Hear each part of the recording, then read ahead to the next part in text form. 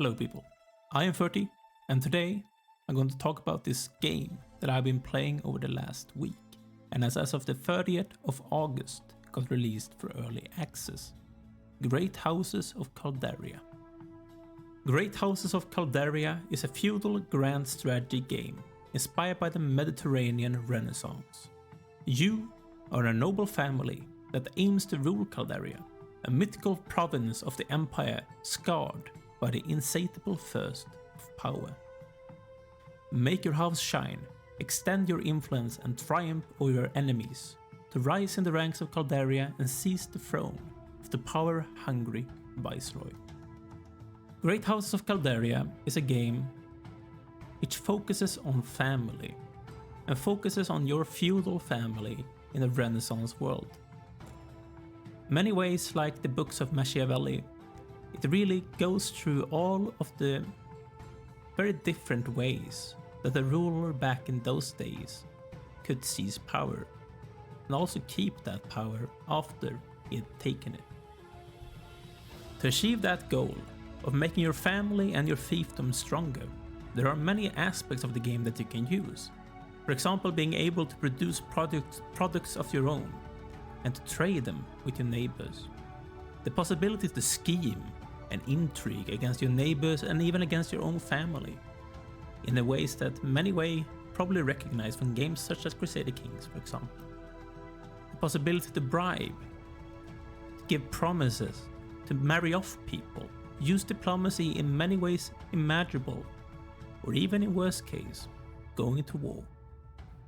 You begin the game with choosing a family and choosing the head of that family. And you see all of the characters that you have in the family, which will be used in many ways for you to go on diplomatic missions, to lead armies, to oversee trade, to oversee production. There are many ways that you can use these characters, and they're more worth to you than even their weight in gold. That is something that I really experienced in my playthrough of the game, when I lost many of my characters to bad decisions when it came to marriages. A big part of those marriages are what in the game is called social conflicts, which in many ways in the game are very similar to the basically more military conflicts that you can also encounter in the game. There's a kind of a mini game that you play through to basically decide which one is gonna get the other character to be part of their family after the wedding. These same minigames can also be played for things such as trade deals, when you're deciding if you want to make a better deal or not for whichever person.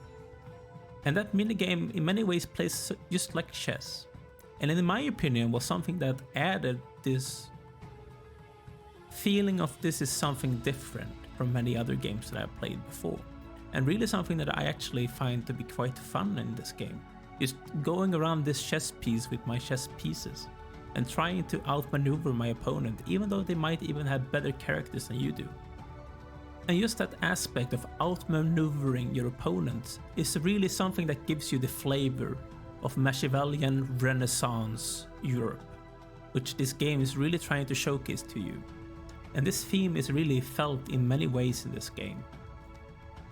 And it really gives you the opportunity to build your own character and take your own path through this land of Calderia and try and get up to the rank of Viceroy or even King. I've been having a blast playing this game, especially as someone going into it not really having many expectations about what it should be or not. But that isn't to say that it is a perfect game. Great Houses of Calderia is an early access, and when I played it, it was in pre-early access, or Founders Beta, as it was called back then. The way that this showcases is really in the many ways that this game lacks flavor, and really feels non-fleshed out. Example of this is you're many times just waiting around for things to happen, waiting for resources to basically amass up or for a building to complete construction. And then you get these events, sometimes to just add a bit more flavor to the game, and those things are a very appreciated thing of the game for me personally, but with the problem that there's too few of them and there's really no variety of them. You really get the same event pop up many times with different characters but with the same outcomes and with the same decisions to make, which really makes the game feel like it's not really finished. That aside, I really feel like this game has potential. And what I mean with that is that all the big pieces are there for making this game into being a really good one. These flavor things can be really fleshed out in future updates, but if we didn't have those bigger pieces already in the game, that would be a much bigger hassle for developers to add in later on. But as I said, most of those great things are already in the game, they just need to be fleshed out.